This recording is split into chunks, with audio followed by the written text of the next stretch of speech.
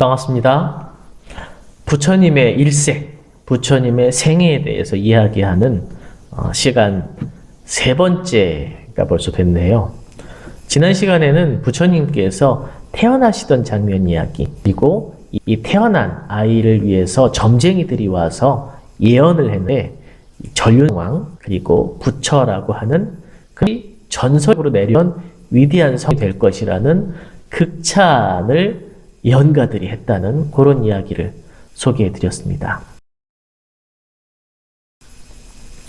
오늘은 그 부처님 어린 시절은 어땠을까? 이런 이야기를 좀 소개해 드리려고 하는데, 위대한 성인들의 일을 보면 대체적으로 굉장히 기범하고 특출났다라고 소개가 되어 있죠. 여기도 보면 이 왕자는 모든 학문을 빠른 시간 내에 통달했고, 무술도 너무 잘했고, 무술대회 나가서 정말 500명이 넘는 그런 지원자들과 다뤄서 1등을 합니다. 이런 이야기들이 있는데 조금 감안하고 좀 읽을 필요는 있을 것 같아요. 모든 위대한 성인들을 이렇게 그리지 않겠습니까? 부처님이 뭘 못했다, 왕자인데 이런 이야기들은 없었겠죠. 근데 한 두 가지 정도 그럴 만한 이유가 있겠다 생각이 드는 게, 첫 번째로는 이 부처님은 어머니가 당신을 낳고 일주일 만에 돌아가십니다. 그래서 어린 시절에 부처님을 보면 굉장히 밝지 않고 좀 생각이 깊고 혼자 골똘히 뭘 하는 그런 성격이죠. 이런 친구들이 대인관계는 좀 넓진 않지만 똑똑한 친구들은 학문을 파면 공부도 굉장히 잘하고 성취가 높습니다. 그러면서 항상 세상의 이치에 대해서 깊이 고민하고 삶과 죽음에 대해서도 많이 고민하는 좀 조숙한 아이로 나옵니다.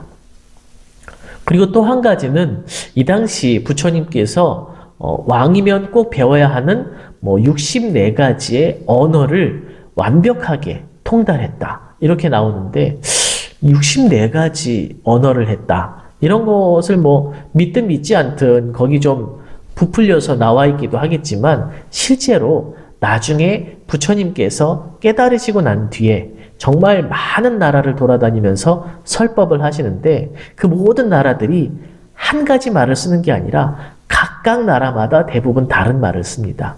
근데 이 부처님께서는 어느 지역, 어느 나라를 가건 그 지역 말로 설법을 합니다.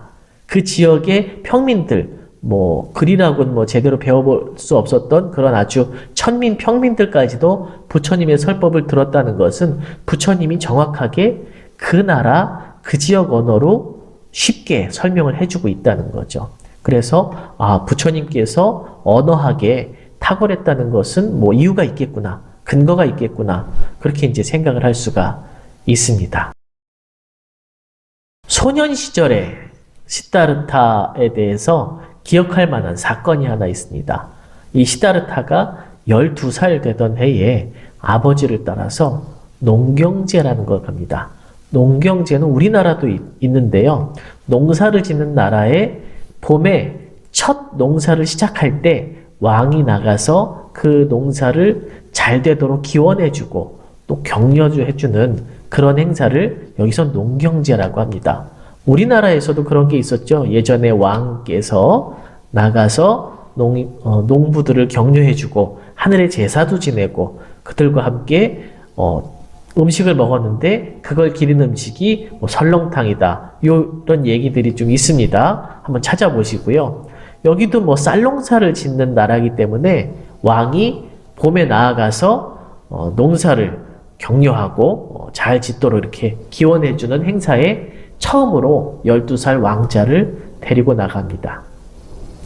그 당시 농사는 소를 이용한 좀 선진 농업이었죠. 넓은 밭을 이렇게 갈고 있는데 왕과 대부분의 신하들이 넓은 밭, 소를 이용해서 열심히 갈고 있는 농부들, 풍요로운 어떤 수확 이런 걸 기원하면서 기분이 좋았던 것 같은데, 왕자, 이 12살 소녀는 독특한 걸 보는 거예요.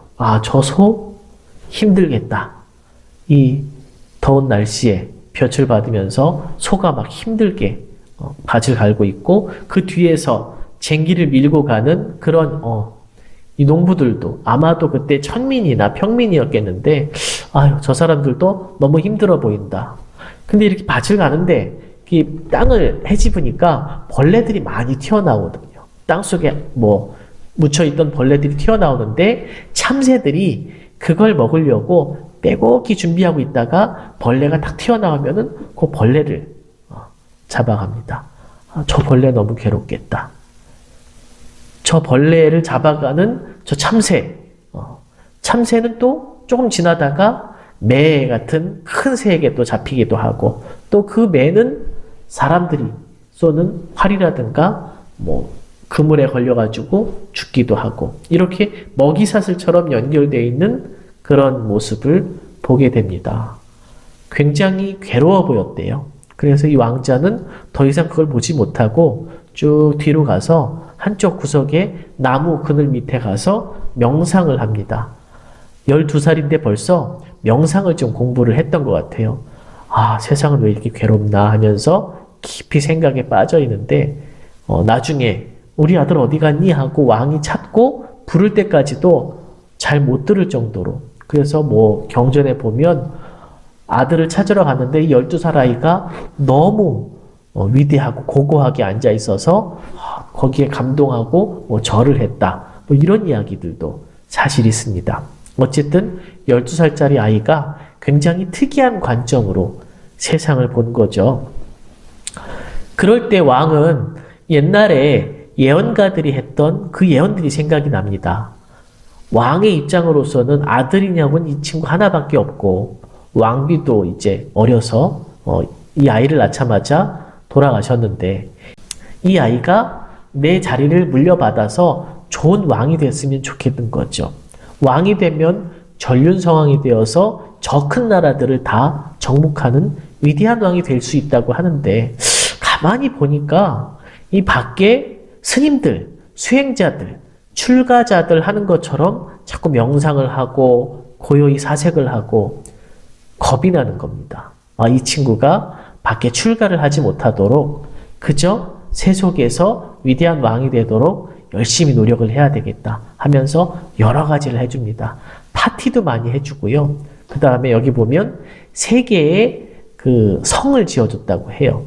뭐 성이든 이게 뭐 별장이든 상관없는데 인도에는 계절이 3개가 있습니다. 여름이 있고요.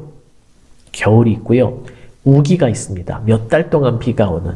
그래서 여름에 지내기 좋은 어떤 궁전, 겨울에 지내기 좋은 궁전, 그리고 우기에 지내기 좋은 궁전 이렇게 3개의 집을 지어서 편안하게 돌아가면서 살 수 있게 지금으로 생각하면 아주 좋은 별장을 좋은 곳에다가 이렇게 3개쯤 지어준 거죠. 네가 편할 때 언제든 가서 여기서 머물도록 해라. 맛있게 먹고 좋은 옷만 입고 항상 이렇게 음악과 파티를 하면서 즐겁게 살아라. 이런 걸 제공을 해주는 거죠. 아마도 왕의 입장에서는 이런 어떤 세속적인 즐거움이 있으면 여기에 빠져들지 않을까 하는 왕의 생각인 겁니다. 나중에 또 17살에 결혼도 시켜줍니다. 그 당시 결혼할 때 그 주변에 있는 그 공주들을 다 모아서 그 공주 중에서 가장 마음에 드는 공주를 선택해서 뭐 결혼을 시키는 그런 행사도 했는데 뭐 왕자로서 누릴 수 있는 것은 작은 나라지만 뭐 다 누렸다고 봐야 되죠.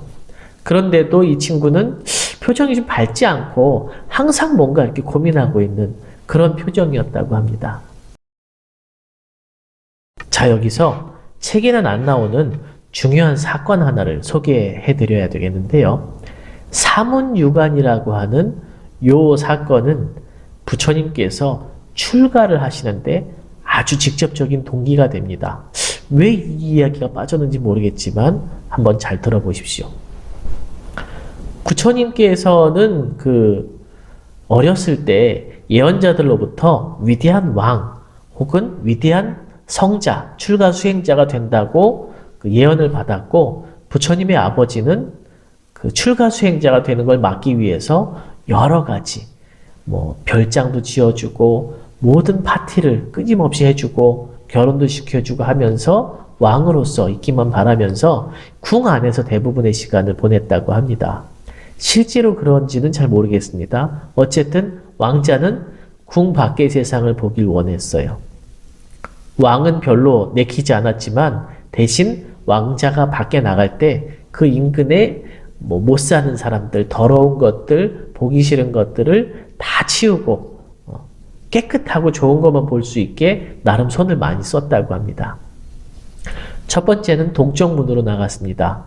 좋은 게 많고 상쾌하고 사람들은 왕자에게 꽃잎을 뿌려주면서 축하하고 반가움을 표현했는데 왕은 세상을 이렇게 보다가 저 멀리 노인을 봤습니다. 아이고, 저 허리가 굽고 저 걷기도 제대로 못하는 저 사람은 어떤 사람이냐? 옆에 마부가, 말을 이렇게 몰고 가는 마부가 그 얘기를 듣고 아유, 저분은 늙은 사람, 노인이라고 합니다. 아, 그렇구나. 저 굉장히 불편해 보이는데 저 사람만 저러냐? 우리가 다 저렇게 되느냐? 우리가 다 저렇게 됩니다. 왕자도 저도, 왕의 아버지인, 왕자의 아버지인 왕도 다 저렇게 됩니다. 모두가 늙을 수밖에 없습니다. 이 얘기를 듣고 왕자가 오늘 밖에 구경은 그만 가자 하고 성으로 들어와 버립니다. 왕은 그 소식을 듣고 아차 싶었죠. 왜 갑자기 노인이 나타나서 우리 왕자의 심기를 불편하게 할까? 그리고서도 왕은 다시 왕자에게 밖에 나갈 수 있도록 배려를 또 해줍니다. 이번에는 남쪽 문을 통해서 나가죠.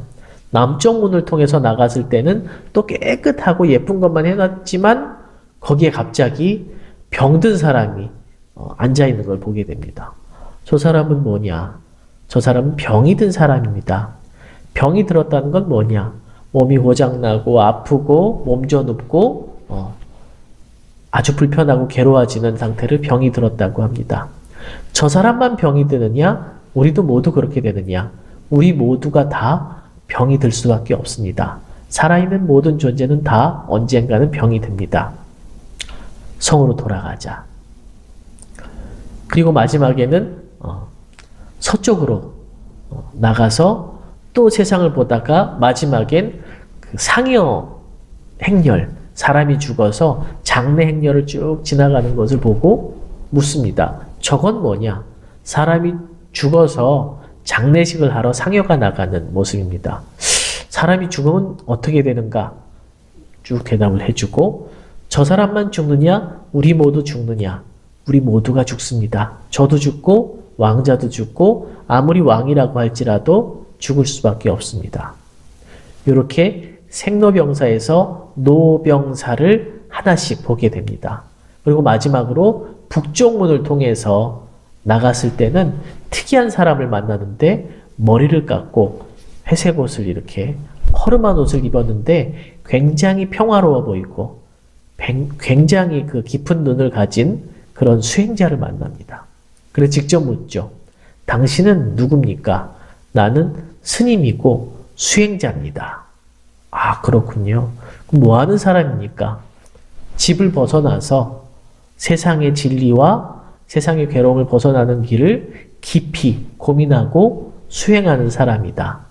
이 이야기를 듣고 이 태자는 결심을 하게 되죠. 나의 길은 이 길이다. 해서 궁으로 돌아와서는 그날부터는 이제 왕의 자리를 버리고 왕자의 자리를 버리고 출가해서 수행자가 되는 것만이 늙고 병들고 죽는 이런 인간의 모든 괴로움에서 벗어나서 해탈할 수 있는 길이다. 이렇게 생각을 하셨다고 합니다. 이 이야기를 보면 부처님은 어쩔 수 없이 출가를 하는 길로 이렇게 갈 수밖에 없는데 부처님 아버지인 왕은 이 부처님을 출가를 못하게 하기 위해서 정말 많은 애를 씁니다. 그런데 아버지가 생각할 때 정말 귀하고 소중한 것들, 많은 궁전과 많은 파티와 수많은 재물, 좋은 옷들 이런 걸 줬다고 생각하지만 사실은 이 아들이 귀하게 생각하고 원하는 것을 채워주질 못했죠. 그래서 인생의 가치와 인생의 목표는 모두에게 다 동일하지 않습니다. 나에게 귀한 것이 저 사람에겐 별게 아닐 수도 있고, 저 사람에게 귀한 것이 나에게는 귀하지 않을 수가 있습니다. 가장 중요한 것은 본인의 목표와 본인에게 가장 귀한 가치가 무엇인지 아는 거죠. 이 청년 시다르타는 그걸 찾았고요. 그 길로 나아갔습니다. 우리도 우리에게 가장 귀한 가치, 우리 인생의 가장 귀한 목표, 이것이 뭔지를 스스로 찾아서 가야 하지 않을까. 부처님을 보면서 그런 생각을 좀 했으면 좋겠습니다. 마치겠습니다.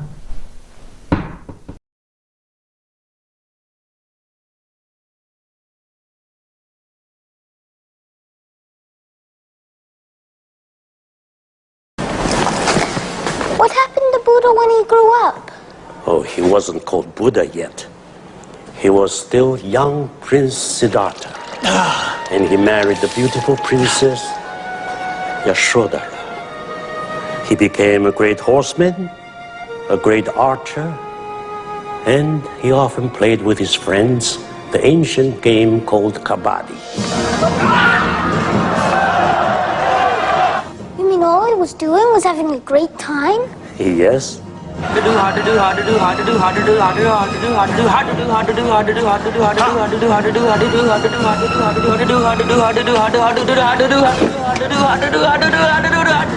Wandigali!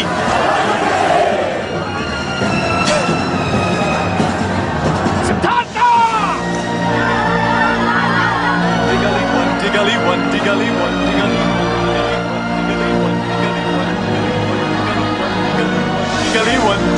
Wandigali, Wandigali, Wandigali, Wandigali.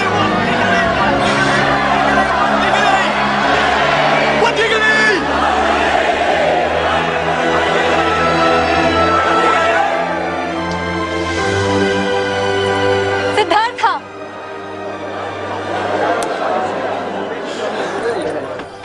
The king had given Siddhartha 3 palaces, one for winter, one for the rainy season, and one for summer.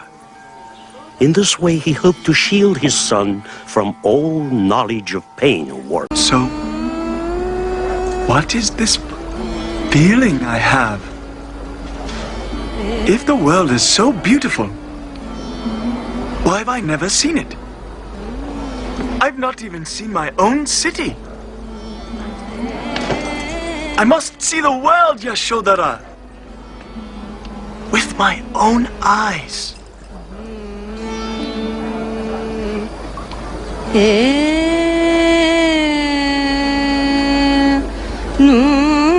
However, his father prepared everything in advance, so that nothing Siddhartha might see in the city would upset or disturb him.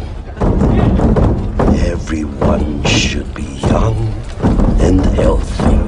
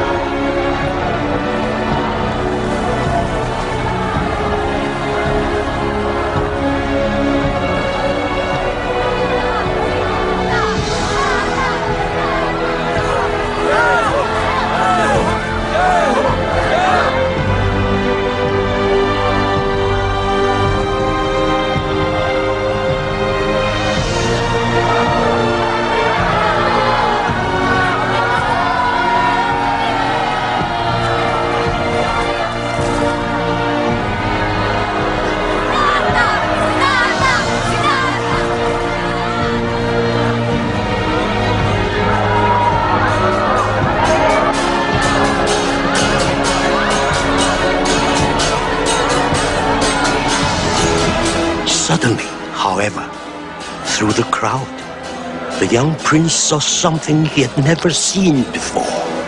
Chana, Jonah! Who are those men? Tell me, who are those men?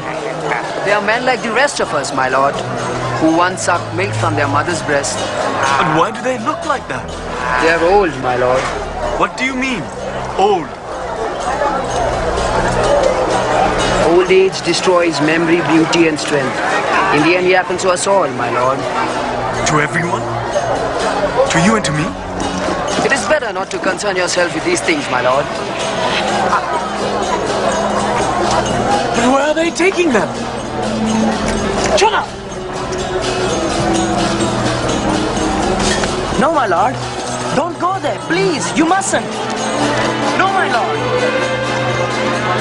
My lord.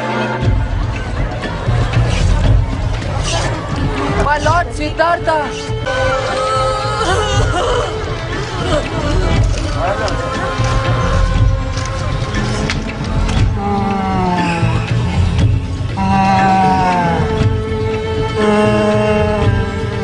What is the matter with those people? Why is she crying like that? She is in pain, my lord. She is very sick. Sick? What is that? No one reaches the moment of death without falling sick at least once.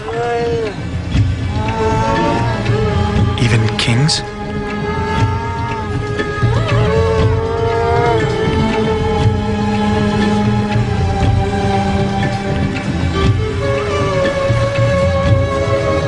And death?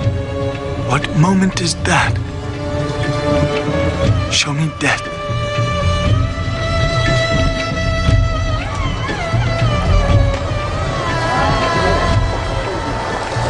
This is death, my lord.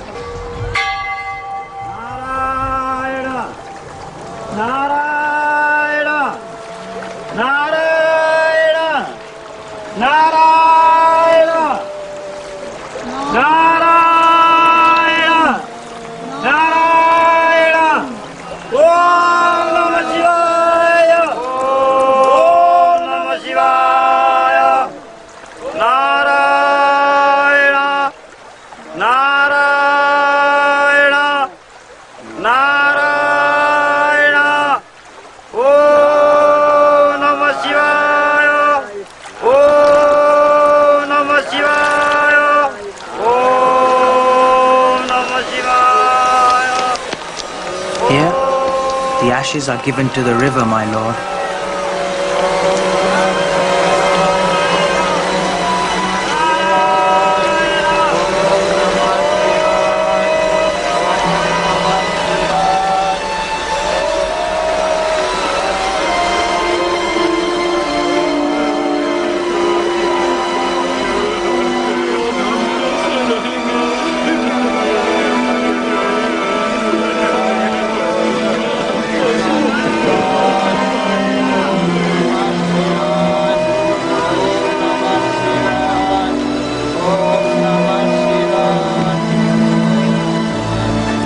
Death is the moment of separation which comes to every person in every family.